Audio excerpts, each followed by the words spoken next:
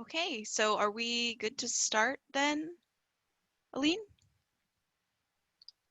Yes, go ahead, Annabelle. Take it away. All We'll right. definitely let people know that Mhm. they can join and this will be recorded, but feel free to get started. Super excited. Um, Looking forward to it. Okay, everybody, welcome to the first of many conversations in PlayVS Game Changers. Today we're talking with 3 different women from across the professional esports scene. My name is Annabelle. I'll be the host today. If you do have any questions during the entire panel, you can post them in Q&A, and we'll also be recording this panel for you to view later. So let's go ahead and get started by introducing each of the panelists.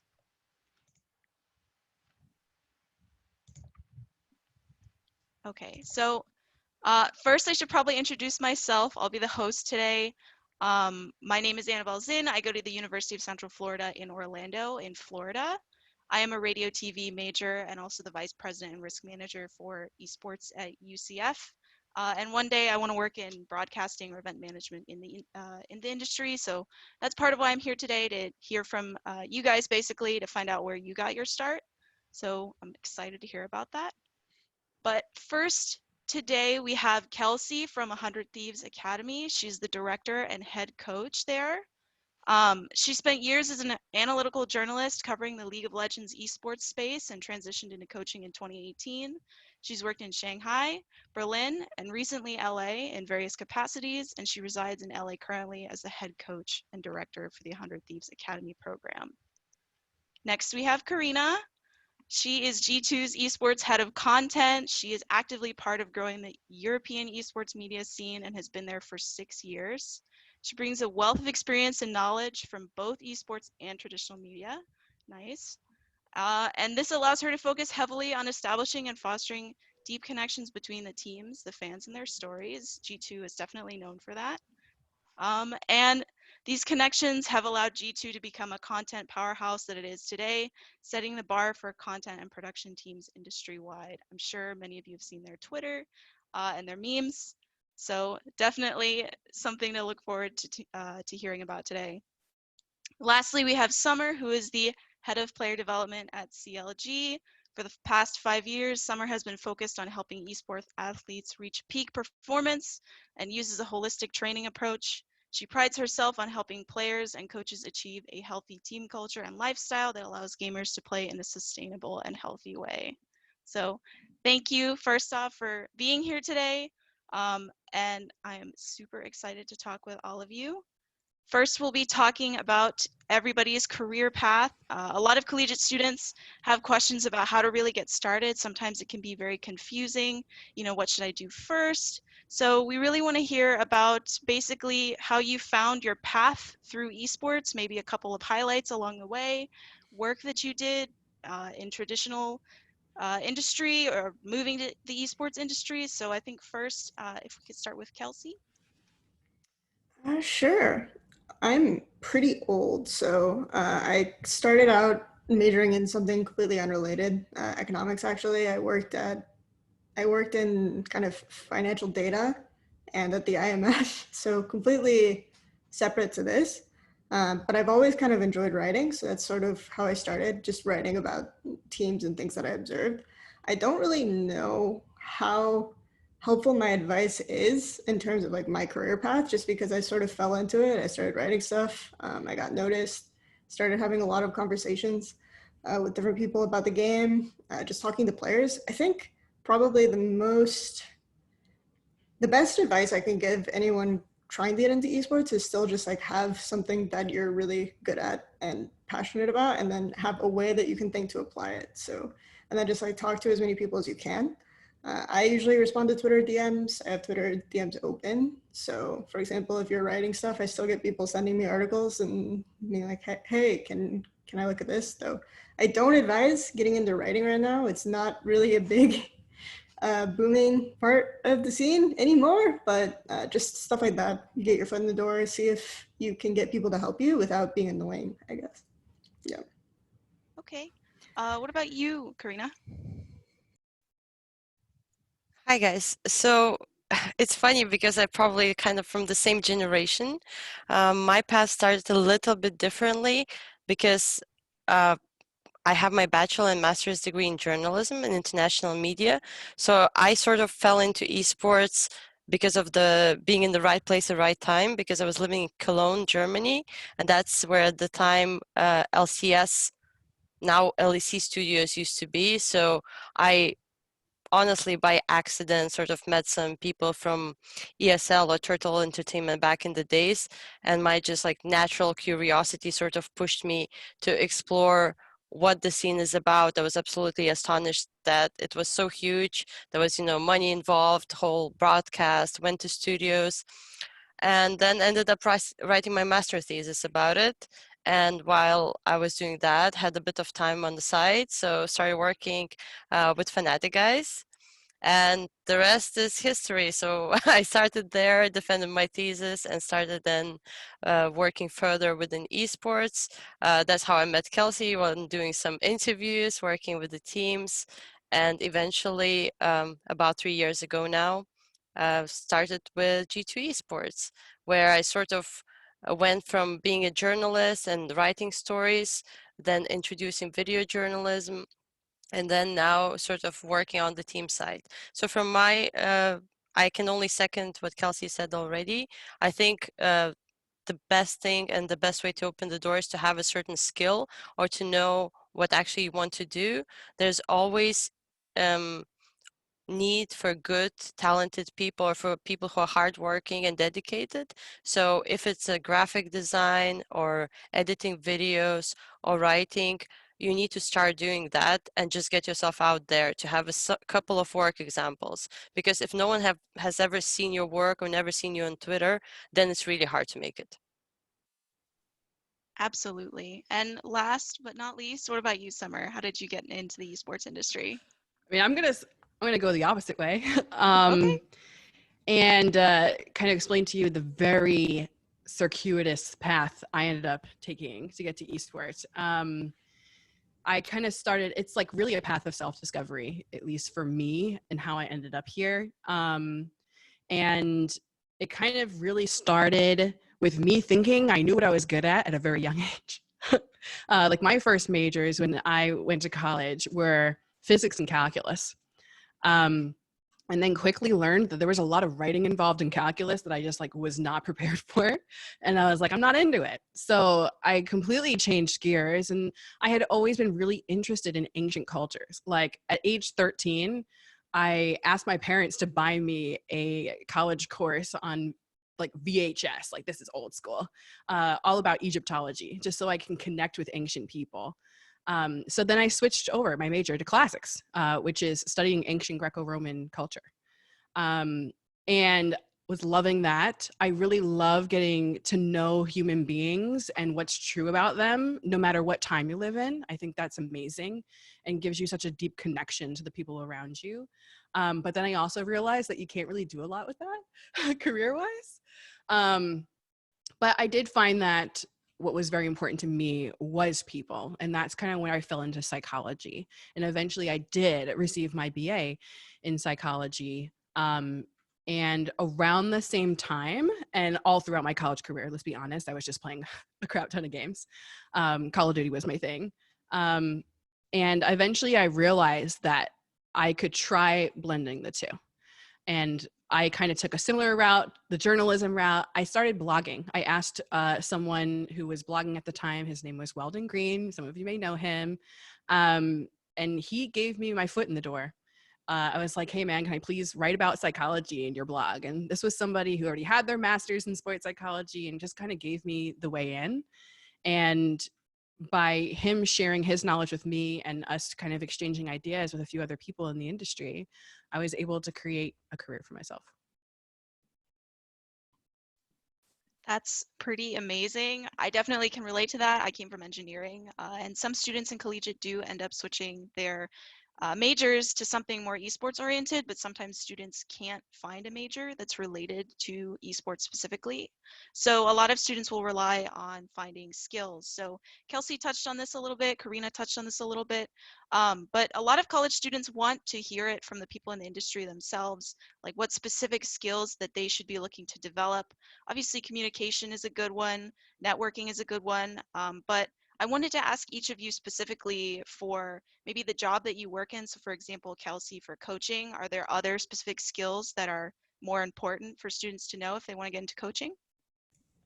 If you want to get into coaching, I think communication is still good. I think being able to work hard. For me, it's more about you have to really want the people around you to succeed, right? You have to really want them to be in the spotlight, right? You have to really want to see the improvement of the people that you're working with, and value that over maybe your own advancement. I think that that's like a really important personality trait or quality for a coach. And then just make sure that you're not kind of lazy about it. I think players sense laziness more than anything. Just really kind of, even if you're not, and don't like lie or try to fake it, right? Just make sure that you're comfortable being in an environment, working with others. Whatever game, you definitely have to specialize in a game if you want to be a coach, right? You have to pick a game. I know for other stuff like broadcasting or journalism or whatever, you can follow a bunch of different games, but you really kind of have to commit yourself, and that can come with its own risk, because I think, what if League of Legends collapses tomorrow? What is my career now suddenly? So that's a little bit of a different route, but you definitely have to know a game. I think probably playing is important, or just like understanding the game is an important skill to have. Being able to talk about it, just talking about the game constantly, or being comfortable with communication. I already mentioned. Really, communication is huge. But I do think like the core personality trait of a good coach is just really wanting to promote people and watch like their steady improvement over anything else. Absolutely. Now, moving on to Karina, at least with, making content for like social media to publish it online. Is there a project in specific that you enjoyed working on? Because I know that projects are something that people are going to look at. So Yeah, so just to maybe go a step ahead of myself and to say in G2, how to say, everything is a merit of a big team. We probably have one of the biggest content teams in esports, and while I'm sort of leading the team, what I think we're the most proud of is having this culture where everyone can give feedback or ideas. So we have over 15 people now. It's not a joke. So when Carla says there's like 15 memers here, that's kind of true. Not all of them work on socials. In particular, we have a big video team. We have graphics team. I think, to be honest, I just really love my job. So I guess every project is close to the heart in some particular way. I was thinking about what I could sort of highlight, and looking at the very recent achievements. I think last year Worlds, where we famously went 0-3, which turned into a meme by itself, but um, we also created content there. We brought Avilee May from US to sort of support our team after sort of Team Liquid didn't make it, but at the same time, like, we also felt that she was a very suitable content creator for us. And after that, we made a big documentary. So my job, while we always want to uphold brand attributes and be fun and entertaining, we also are about people. And what Kelsey was saying, sort of as coaches, make the players shine in terms of competitive performance. In our job is through the stories that we give them the voice, or we allow them to speak and sort of um, unravel what's going on behind the scenes. So my personal highlight, and that's probably because I'm a journalist and interviewer from back in the days, for those who have seen our documentary Chasing the Dream about Worlds, which is also nominated in Esports Awards. There was a phrase in the very end where Perk said, "I just want to be human again." And every time I'm watching that, I have goosebumps. It's a moment where people cry. And this is like just to grasp those moments, the essence, and to have that trust and to be able to convey it in the right way. That's probably one of the most priceless moments.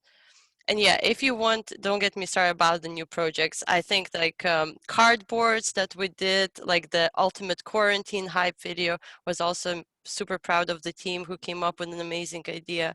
So yeah, project wise, it's a long list.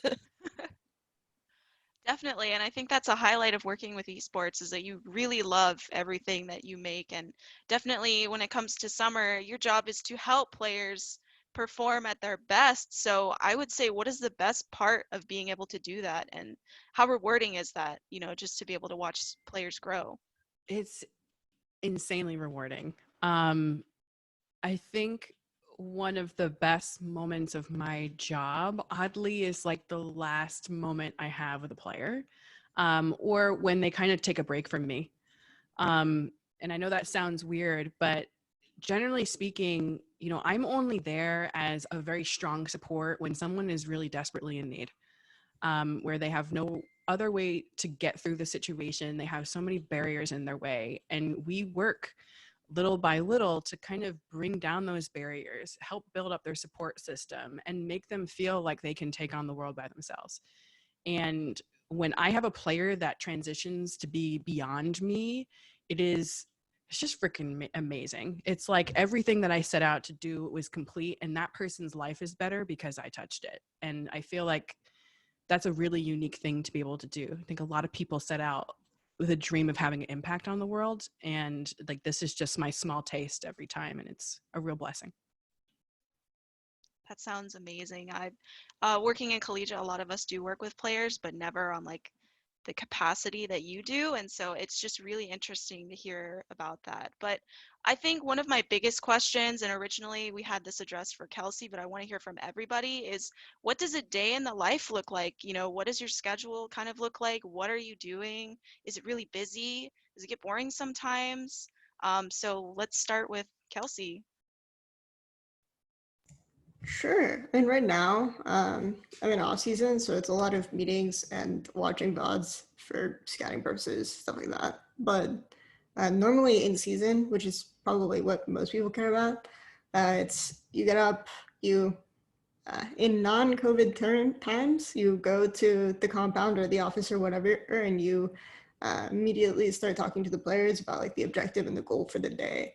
And then you're going into games and you're trying to think about, okay, well, they just ran it. How can I relate this to the goal? Like basically a lot of thinking about that, just making them focused on task and thinking about ways that you can convey information so that the players can take it into another game. And I think that that's something that a lot of newer coaches or coaches in general struggle with is problem solving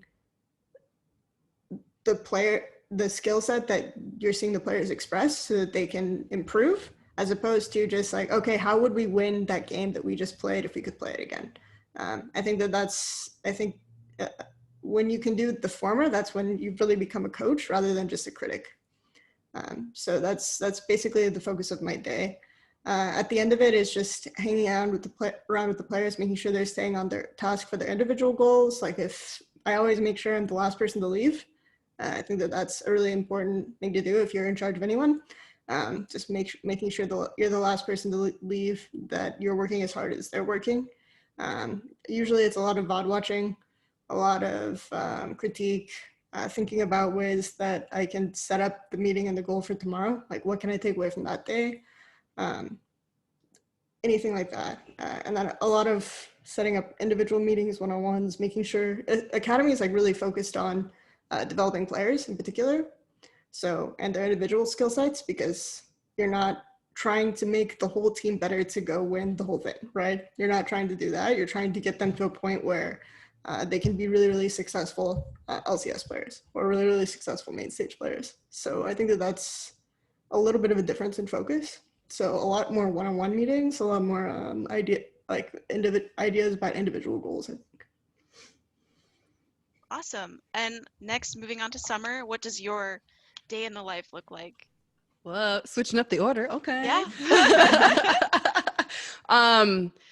So as head of player development, the goal is always going to be, how do I set up teams as a whole? This includes coaching staff and players so that they have an environment for success. That's really the heart of it all. And what I will end up doing is I will facilitate individual meetings with players or coaches to help them break through those barriers, as I spoke about before. They could be practical or psychological, doesn't matter. We just do our best to try to frame the situation as best we can and then come up with solutions. That's largely what the coaching aspect of what I do is.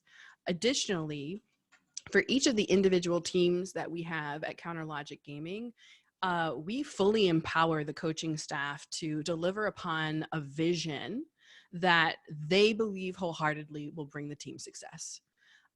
So then it comes on me to coordinate any outside resources that might be needed in order to execute that vision. Sometimes the outside resource is me, offering counseling to players on the side when the coach does not feel like they really have the skill set to be able to do that. Other times, I'm sure you've seen VODs of CLG doing yoga classes, right? That was one of the main ways that we wanted to prevent both physical and mental injury at the same time. It was both a stress relief effort, and additionally, yoga does a really great job of stretching the body and strengthening the body in a way that lessens the impact of gaming on the body. So that was a creative solution to a very particular aim. So it would come on me to schedule that contractor, make sure that they're coming in, everybody's showing up on time, things of that nature. So there's a little bit of admin work. And of course, there's a networking aspect of that too, because in esport, things have to be so flexible and dynamic with scheduling. Like, things are just happening constantly. So you need to be able to kind of make sure that people who are non-endemic to the space are just like, hey man, like, are you going to pay me? Like, why are you canceling with less than 12 hours notice? Like, there's a lot of kind of juggling that and making sure that everybody on all sides are happy at the end of the day. So kind of dealing with that kind of stuff is important. Then the final step is going to be a bit of like administrative work. Sometimes I'm working with players and I don't necessarily have an opportunity to link up directly to the coach. I'm going to have to write a report about it, right? And it's just like, hey, talk to him about XYZ. You should be on the lookout for these kinds of things. We agreed upon them working on this. You should hold them accountable. Things like that really go a long way in keeping things streamlined and working efficiently. I do have one additional question, since you do work with physical and mental like health management. How has COVID affected that? Has it changed a lot of things? Do they remain mostly the same? I'm sure you knew this question was coming, especially college students were definitely feeling it. So I'm just definitely curious to see what you have to say. COVID. It really did affect a lot. Especially when it comes to managing the body physically. You have to imagine like what's going to come into that. Like, you may employ a massage therapist, a physical therapist, anyone who could actually physically maintenance the body is important. But when you go into a virtual environment, it becomes a unique challenge. So it is very important that you then have experts that are very comfortable working on a virtual medium, that they can offer consultations online and are basically good enough to be able to still execute in a high way when they can't be physically present with someone. So we have been able to like move our fitness routines to a virtual environment. We offer like telemedicine services to our players, which is great, even because we have players that were always operating remotely, and now we've been able to up our service offering as a result of COVID coming around. So it's offered some challenges, but actually allowed us to expand in a way that overall benefits pretty much all the players. So lastly, for Karina, I hope that staying up super late isn't part of the job, but what does a day in the life look like for you? Yeah, so normally I do not stay so long in the office, so gone are the days. Of course, sometimes we have like long shifts or like long days for the shootings or whatnot. Generally, my day, I think, is super interesting, is never the same. I have a big part of admin side because I have to deal with all the freelance contracts, hiring people, making sure that All of my team gets holidays when they want, and like a lot of things. But the fun part is essentially drafting concepts, having brainstorms with the team, figuring out what next content we shoot, planning media days with all of our respective teams. In G2, I think one of the craziest things is how many top tier esports rosters we have. So it's Rocket League, it's Rainbow Six, it's CSGO, it's League of Legends. We have a bunch of creators. So we actually, the same content team, maybe that's why we're so big, we cater to all of them. So sometimes we do have multiple shoots per week. We do have merchandise shoots. And most of this is always at least spearheaded from the in-house team. We sometimes do have collaborators from the side. But yeah, generally, most of my time is figuring those things out, sometimes bouncing off ideas with Carlos or our marketing director or the other departments, making sure that all the partner pieces are delivered, that the content is on brand. So essentially, obviously now we've outgrown where I'm doing super micro tasks, but at the same time, I'm still reviewing videos. I'm still checking spelling from time to time or giving a heads up on this or that. Today we were again like brainstorming on how do we win esports awards because we've been nominated for some. So those are exciting things. I don't know, World's Jersey campaign. What we do all together, and usually a bigger part of the team is involved. So yeah, like even looking at my schedule, usually is like pretty busy for a good 8 hours. So I don't think that I ever have time to just sit around. This year is obviously different, as you guys already mentioned, because normally we would travel at least like once or twice per month. This time around, we were trying to pack in all media days and shootings in between whenever it's safe, and also mm, essentially move part of our production to the remote, which wasn't very easy, but we've managed, and I'm proud of that. But yeah, most of the time is just trying to keep this content machine going because our output is quite huge, and you know there's people behind those memes. They don't come together by themselves, and those TikTok videos and recordings. So usually we have just like really a lot going on. Definitely a lot of content to be made when you have multiple teams across multiple titles. So now that we've finished basically our kind of day in the life, what it's like to be a professional section, we're going to move on to Scholastic Esports. As a collegiate student myself, I am a little bit biased towards collegiate, so I was wondering, have you ever interacted with the collegiate esports scene? Any of you? I know maybe Kelsey, since she is a coach, she might be scouting collegiate players at some point, but anybody who wants to go first, do you have experience with collegiate? If not, that's totally fine, but I'm curious to know. Yeah, Oh, sorry. I have a lot of experience kind of with collegiate at this point. Basically, I started out kind of talking to RMU when it was ages and ages and ages ago. And that was the first time I kind of got the offer to coach a non-pro team, or just because it was just across, it was basically within walking distance of where I worked, which was Morningstar in Chicago. So I was at the time writing articles in my spare time. I ended up not having time because I was working a full-time job, plus I was freelancing for like 3 different publications at the time, I think. So I ended up not having time to pick that up, but I ended up referring it to, you guys may know Foskrin, and she kind of lived, we were roommates at the time, so she ended up doing some work there. So basically that was a really early interaction with Collegiate when it was brand new. After that, I think more recently, I've been trying to get as involved with Collegiate and amateur as possible. Obviously, we have the 100 Thieves Next program, which they scrim collegiate teams sometimes, and they compete against collegiate teams. On scouting, we picked up our support Breezy from his collegiate team in Arizona. A lot of my players have played collegiate. We've invited some players to come play for us in like internal scouting grounds. Some of them have been collegiate players. So I feel pretty comfortable or pretty aware of the collegiate scene. I try to get more information, as much information as I can about what it's like by talking to like other coaches who work in collegiate, or talking to the players themselves. So I feel fairly comfortable talking about collegiate esports at this point. Yeah. All right, moving on. I think Summer had some comments about collegiate. Yeah. I mean, I haven't worked with too many collegiate teams, but every once in a while they'll hit me up and they're like, "Hey, would you mind talking to us?" And I'm just like, "Of course, like let's go." So I remember doing a joint talk with the UCI team once with one of my friends, Robert Yip, who is also a performance coach.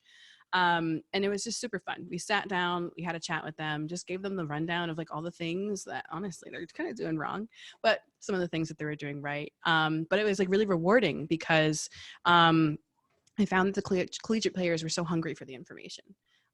It's like happy and sad because they're hungry because they honestly didn't have anybody talking to them about it.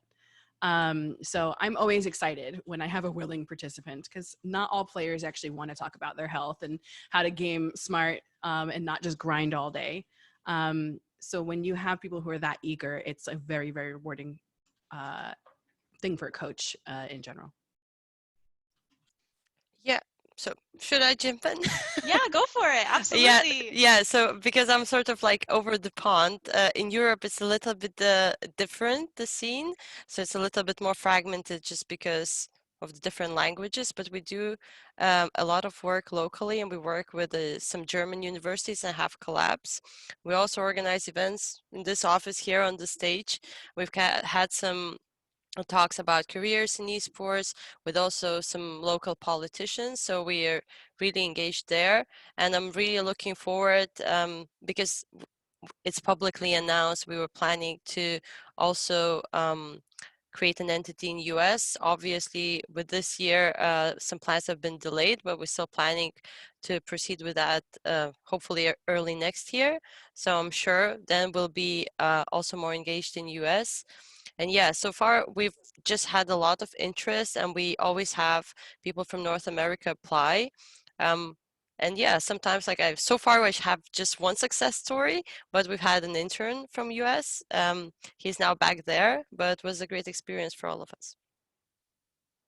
That's awesome. And I think a lot of collegiate students are now looking not just to be involved in collegiate, but to pursue a career, and not just, content creators or coaches, but players as well. We see overlap, at least in Rocket League, for example. You have some RLCS players who are now in collegiate Rocket League. You have open division players who also double as collegiate players for schools like Maryville. And then you have some collegiate players that are getting picked up, like Kelsey mentioned Breezy and some others. So what do you think about these two scenes converging? Do you see more convergence? I guess this is more of a competitive question, but do you think it's healthy for the scene, at least, that we have collegiate players who are now striving for more professional careers? A lot of players used to think that, yeah, I was a collegiate player, but so many have motivation now to go pro. I think you bring up a really good point. Historically, I have found that the motivations of players that were in collegiate and the motivations of players that went straight to pro were really divergent. And a lot of times the person who was motivated to do well in school was really motivated to have a career that went beyond gaming. And gaming was really kind of a passion project that they did on the side, but was not something that they were ready or willing to commit to full time. I have not personally seen a ton of examples to the contrary. There are a few that stand out. However, that's not altogether different than what you'd expect to see. And what I mean by that, I was actually having a conversation about this with my boss a few days ago, where it was just kind of like, hey, not everybody has that crazy innate drive. It's a really unique person. You have to be extremely ambitious, very stubborn, single-minded, and just really hungry to do whatever you put your mind to. And then it just like happens to be esport that is the thing. And it's not every collegiate student that is like that. I like the collegiate students because they usually come in with a little bit more of the personal skills that I end up working a lot with people who skip out on collegiate, like time management, being able to feed yourself. These are things that I'm sure a lot of students take for granted at this point because they nailed it, but it's not something that everybody comes in hot with. So from the pro perspective, it is very helpful when people are kind of coming in as a whole person and you're not necessarily as an employer responsible for kind of picking up the slack in that aspect. So that is very helpful. I love that. I want more collegiate players to come through. I'm really excited about it. I just like don't think that we're at the point yet where you'd expect tremendous numbers of those like highly driven people to come through. I would say that you'd probably see it go up the more youth development programs that we have, because then they're coming into college more with the understanding that there's more future opportunities for them with a professional gaming career. And to hijack this topic a little bit, since we are going to run out of time eventually, I'm going to tailor this question for both Kelsey and Karina. So first, for Kelsey, how can collegiate or high school League of Legends players prepare themselves to go pro? What kind of skills might they need? How should they go about it? What are some advantages that they would want to seek out? So I kind of agree with Summer in the sense that it's a lot harder to find a collegiate player who is really interested in going pro. Most of them are using it as kind of a mechanism in which they can do something while they're getting their degree, right? And I do think that there's kind of more, like getting a college education is a little bit risky in the US, right? If you kind of opt out of it, and then a lot of times like the players who really do want to go pro are kind of compromising with their parents, along those lines. So I think it's hard to consistently find that, but if you're someone in the collegiate system who really wants to go pro, I would say that just make sure that that intention is kind of broadcasted, either within your organization. A lot of times, the coaches of collegiate teams, like they have connections in the scene, especially if you're going to a school with a well-known like League of Legends program or other esport program. Usually you're probably compromising with your parents saying, okay, I'll go to this school, they have a really good esports program and at least I'm getting an education, right? And then make sure that it's known to your coaches and to the people within the scene that you want to go pro. Make sure that you're grinding a lot in the game. Don't let your grades drop, obviously, but just really kind of focus on the game. Make sure that this is something you really, really want. Generally speaking, I don't really advise collegiate players to drop out of college and pursue esports or anything like that. I think if you're in collegiate, you're probably kind of foot halfway in the door, right? You have to really know that this is something you want to do. And that's part of why I also think most scouting is done within like amateur teams, and a lot more attention is being paid from the Riot end to the amateur space rather than the collegiate space, just because the collegiate space is so nebulous, right? You have retired pros like Bloodwater trying to use esports to get their education, right? And then you have players who are outwardly really motivated like Niles, and then a bunch of different people in between. So it's just really difficult to ever be sure within the collegiate space that the player is actually interested in esports or has that kind of drive. So just make it broadcasted to your coach and then try to reach out to people within the space if you want to get picked up by a team. And then for Karina, my question would be for content related jobs, things like that. Some students can't necessarily get specifically an esports degree or something like that, or maybe they don't have a graphics related degree or a production related degree. So do you think that working in a collegiate club or producing content for that club is still an edge that they can use? And would you weigh that more than a traditional degree? So absolutely an edge for sure. Would I weight it more? I don't know. It's probably like a question about every single individual. Like even when hiring, we always try to assess, the full picture. I think even here at G2, we have a healthy mix of people who have education in relevant fields and people who had a passion or ended up doing esports jobs and then found their calling that way. So in general, I think doing anything in the direction where you would like to have a career is a bonus. I saw, I think, with the corner of an eye, people asking, if, let's say, esports specific jobs or experiences would be more relevant than, let's say, non-esports specific. So to be honest, I'm not sure. And like, it's again very individual. Let's say, would I rate an esports graphic designer over a generally good graphic designer? Probably not. And this is how to say, because probably I come myself from traditional journalism and mainstream media, and that's where I used to work. And I used to work with actually local Lithuanian, which is small, and some international celebrities. But like, storytelling in its essence is the same. So I think it really depends how a person manages to sort of tailor fit the skill set for esports, because of course you have to have a level of interest and understanding and know the games and understand what's going on, because otherwise, I mean, you won't just be great for the job. But I think it seemed like in other industries, it's also like, we have lawyers in the company, we have finances, HR people. I think esports is growing to a level where we're not just startups where everyone's doing everything, but we also have like more specialized skill sets required. And it really depends. Like, if I would choose video editor from like it depends on many things. If someone is good, usually you can see those raw diamonds and you can teach them up, the skills that people can pick up.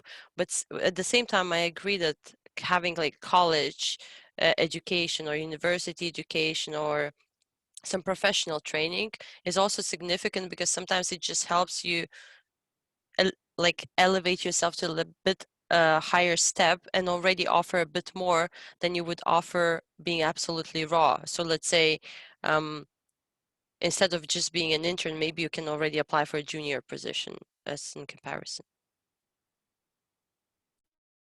Definitely. So we are going to move on to another subject. As much as I love talking about collegiate and how to get a job, but specifically today we have a panel of women, and I would love to hear from you. A lot of people sometimes talk about difficulties when it comes to being a woman in the esports industry. It's considered a male-dominated industry by some. So I wanted to ask if you've experienced any pushback and how you deal with that. Specifically, personally, I would say I would be a professional with it, but I haven't had to deal with it yet. And I wanted to know your experiences, how you've dealt with it, and also for any other women in the chat who might be listening, just to get some advice. So we I can want start to with I want to Summer. get in on this one. Okay. I'm just going to lead with the advice. You're just going to get knocked down in some situations, and your only job is to get up. Like, that is it.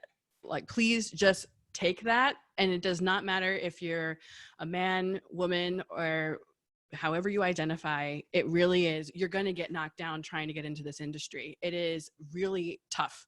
It's very competitive and it's very dynamic. The needs change constantly.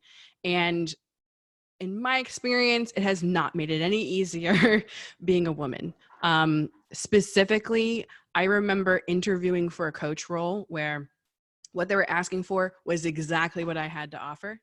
And I made it through 2 rounds of interview, passing in flying colors. The people were completely hype about me. Got to the last interview where I was interviewing with the owner. The entire interview was, hey, you do realize that you're going to have to like leave your country, right? I'm like, yes, I know what job I applied for. You do realize that you're going to be working with all men, right? I'm like, yes, I know what job I applied for. Is your husband okay with that? Yes, I did not apply for a job in another country without my husband knowing, right? Like, the entire interview was related to their inability to understand that I was a woman applying for this job. And that could be really annoying. I mean, honestly, it was really disheartening in the moment. But after I thought about it, here's the second piece of advice. I realized that that was a place where I had no allies. And it was not a place that I was going to succeed. And that is what I encourage everybody who's a woman in the industry to try to wrap your head around. You have to go to the places where there are allies present that want you to succeed, that will fight harder because you're a woman for you to succeed. I was very fortunate in getting a job at CLG because they have proven this over and over again that they are invested in making a woman succeed there. From how they treated me when, like, throughout my pregnancy, through how they look at just women's issues in general, the fact that they have an all-female team, like the fact that they're having me coach the CLG Red Girls right now, like they just want women to succeed. And those are the opportunities that you need to be looking out for, because those are the ones that are going to allow you then to make a difference and have an impact in your own right. That can go even far beyond what you do for that individual organization. Like other women can look at you and say, hey, I can see myself there. And now all of a sudden you go from a worker to an inspiration. So yeah, I think I've said my piece on that, but I just want to say that, there's people going to be out there that are going to be frustrated throughout the process of trying to break in, and that's okay. It's part of the process. Just keep leaning in and you're going to get there. Definitely, I would say for a lot of young women, you three are all role models for us. We definitely look up to you, and I think that's great advice. But Kelsey, Karina, do you have anything to add in on that? I guess I can go if that's okay. Just because, first of all, thanks a lot for saying that we're role models. I think, at least from my perspective, I've never even tried to be that. I just try to do my job and to love what I'm doing, and that probably just hopefully somehow translates into being an example maybe for others. But same time, I've been asked this question a lot, and maybe I'm spoiled, but I was always in a good place in the sense that I had my editor-in-chief when I started my journalist career, a female. I had almost most of the time in Lithuania, I had female bosses, and then this is somehow they put that good seat into me, someone to look up to. And once I started my path in esports, I never thought that I might fail because I'm a woman. I always just thought of doing the best I can, and that somehow translated to a successful career. In G2, I mean, I'm super proud. We have two directors who are both women. We have marketing director a woman, commercial director a woman. Probably overall in the company, we have 50% women. That's crazy. Like, we have women in all teams, gaming team, like not players, that's right, but we have all support staff. We have videographer, a girl who translate now to be a producer. Like, we have females in all roles really. So I think it just from what Summer says, it's maybe finding like the right place, but it's again, there are good and bad people, and I just want to believe there's more good people, people who recognize talent. And if you're good in what you're doing, at least I'm proud to say that I'm working in a place where it's not going to matter who you are or how you look. And that's why I always try to say that we, for overall diversity, and has nothing to do where I am in my role leading a big team. It has nothing to do with me being a female.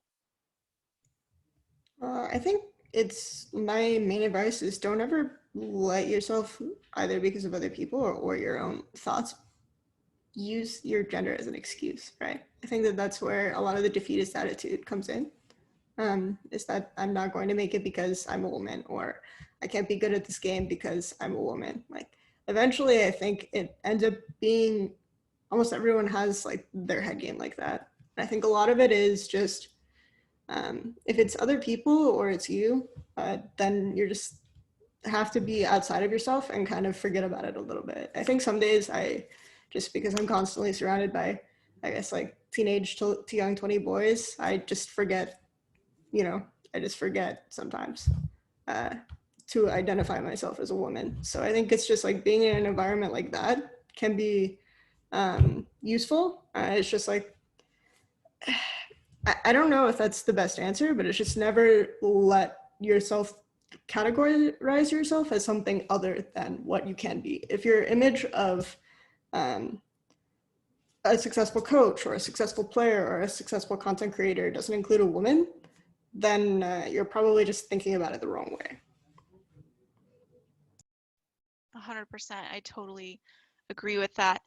Now we have to move on to Q&A, and we have a ton of questions. So I'm going to try my best to address as many of them as we can in these last 10 minutes. First, we have a question for Kelsey. Jordan asks, how was the transition from writing and doing League of Legends content to coaching? Did it feel like an obvious progression, or was it more of a divergence for you? I think from the beginning, it was just I really enjoyed talking about the game and the intricacies about the game, and I started writing about Chinese League of Legends, as a lot of people know, and that was just because I was really excited about stuff that they were doing.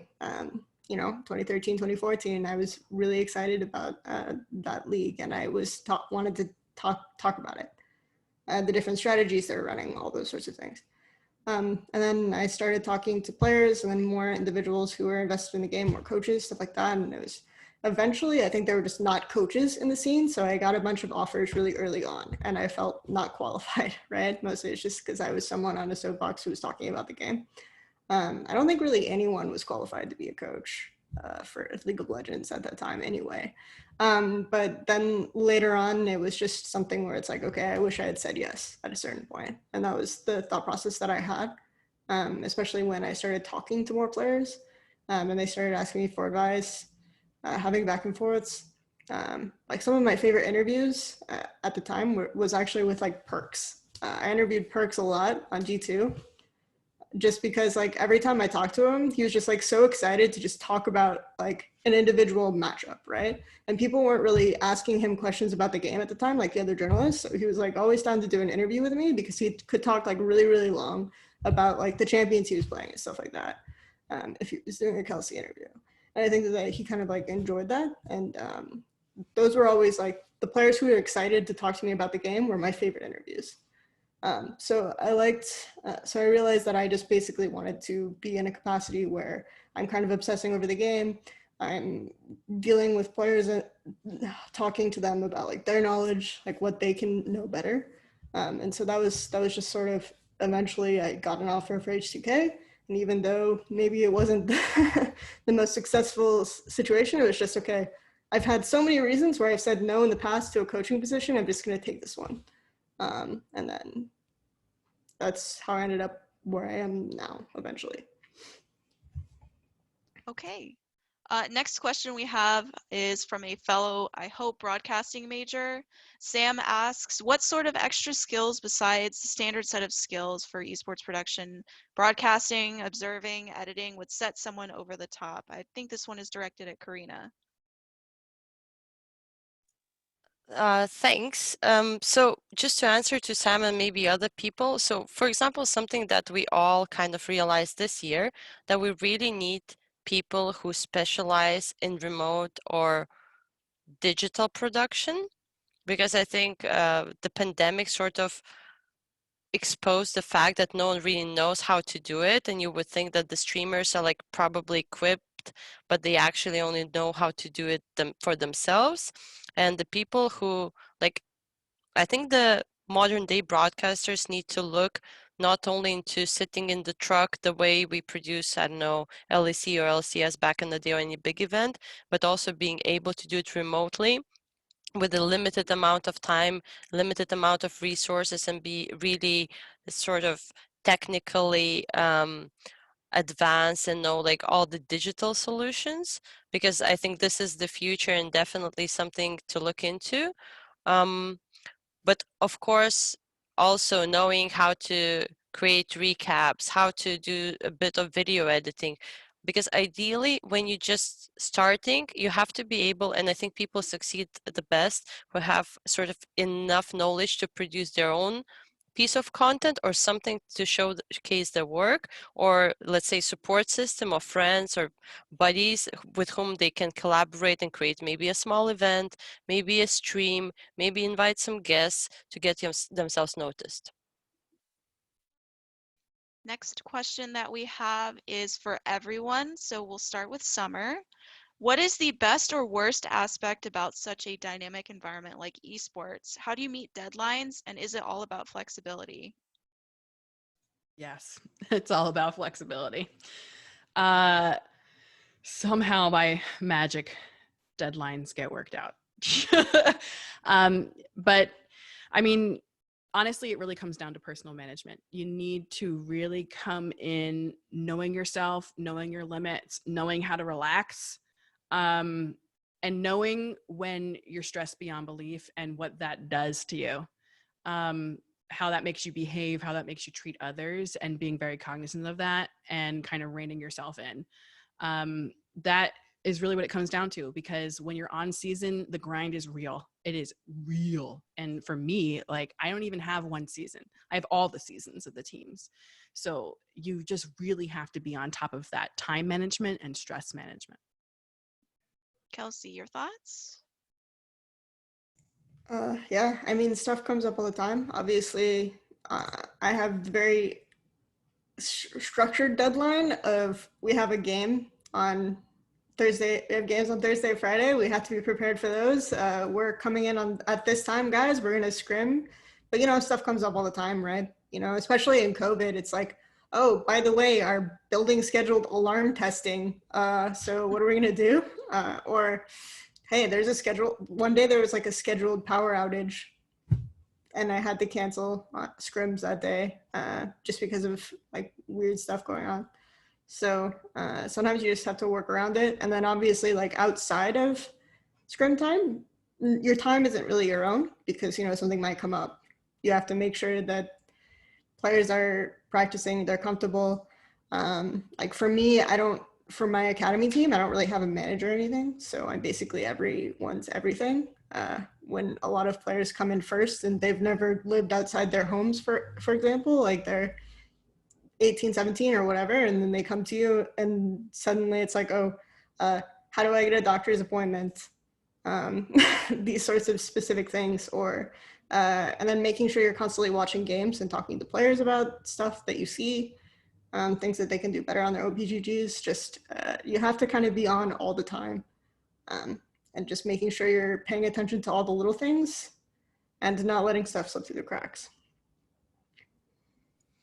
Yeah, and just to quickly jump in from my end, I think have to always stay positive, solution oriented, and sort of try to figure it out instead of stressing. It took me really a while to be in a position where I can calmly react to a challenge and sort of instead of thinking, oh my God, what I'm gonna do, say, hey guys, relax, like we've got everything we need here, we're gonna figure it out.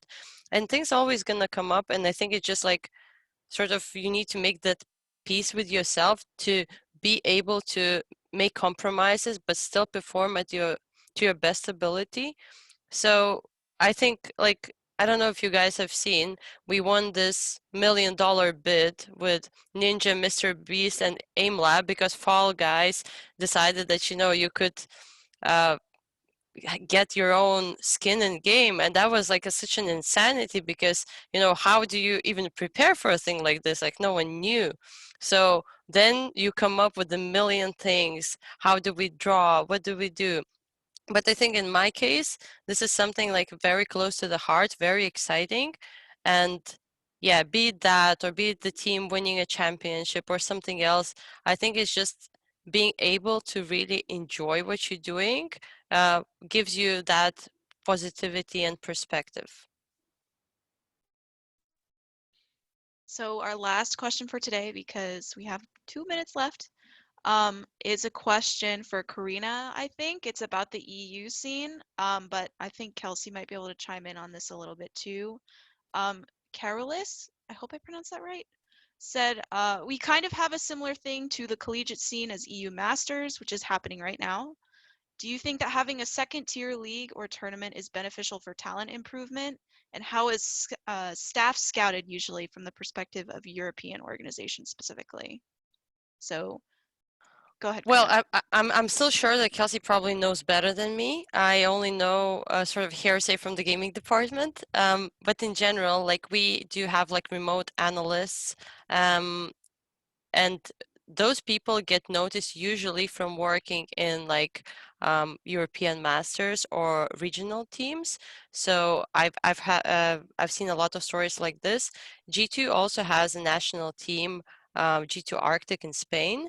So sometimes even the players are able to take the leap and come from national scenes to the LEC, to the highest tier, I think it's definitely beneficial and absolutely necessary to have that sort of like talent pool for both players and coaching staff, because how else do you work? How else do you learn the good habits? How else do you prepare? But I just want to give it over to Kelsey because she knows better. Yeah, it's funny hearing Collegiate compared to EU Masters, just because of how developed EU Masters is compared to our amateur system or Collegiate in general.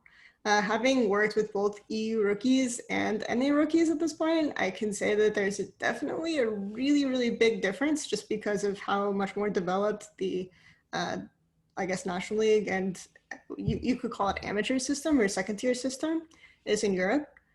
Comparatively, there's just so much more time for them to kind of learn about team environments. Like Spanish League had on-stage play, until COVID, right? They had on-stage play far before like amateur did, before academy did. I would say that probably ERLs are more comparable to academy, but even then, I would say that the ERLs are still more advanced.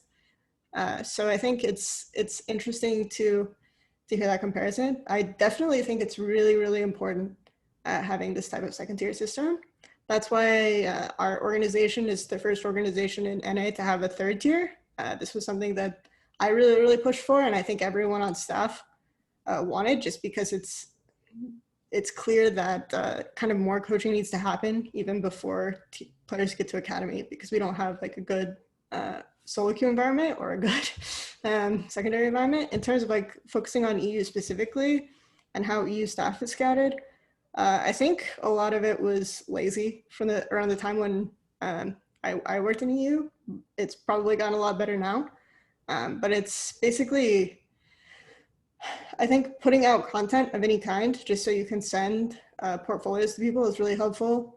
I know some teams now have specific positions that they'll advertise. And then if otherwise, they'll kind of do stuff. When I've interviewed people, I've actually interviewed staff from EU. I'll even just take people as a DM. If you have anything that you can show me, right? Then I'll at least give you feedback, generally speaking. Whether it's like some analysis that you've done, some sort of like maybe item efficiencies, or you've written up like a scouting report on some team. Maybe you have like some theory about the game or some draft analysis that you've done. I don't know, whatever. Usually having some kind of body of work or some kind of content that you can show does more than having done like coached for a little bit in an amateur team, just because I don't really know what your knowledge base is. I don't know what your contribution is. So just having a body of work, or maybe if you have done coaching, like what's really useful is like I do a lot of quote unquote lesson plans where I talk about like a game concept that I can show to my players and just break it down in that sense. And that'll be like our morning meeting stuff. So if you have stuff like that, that's really, really useful for coaching specifically. Any sort of work material or work product that you can advertise or that you can send to people or organizations you're interested in working for is really helpful. I'm pretty sure, like based on what I've heard from the way that EU scene still works, like word of mouth and content is still going to get you pretty far. Yeah. All right. So that is the end of our panel. Thank you so much to Summer and Karina and Kelsey for coming to this panel. I really appreciate it. Thank you to PlayVS for putting this together, and also Melanie and Sheridan for moderating for us in the chat. Really appreciate all of you. Our next initiative, our next Game Changer chat will be on September 23rd. You can find the links in the chat, and this will also be posted online on the PlayVS website for you to check out later on. So again, thank you so much for coming. It was great to meet all of you and talk to all of you, and I hope that you guys have a great rest of your day or evening. You too. So thank you so for much. having me. Bye, everybody. Thank you for having me. Bye.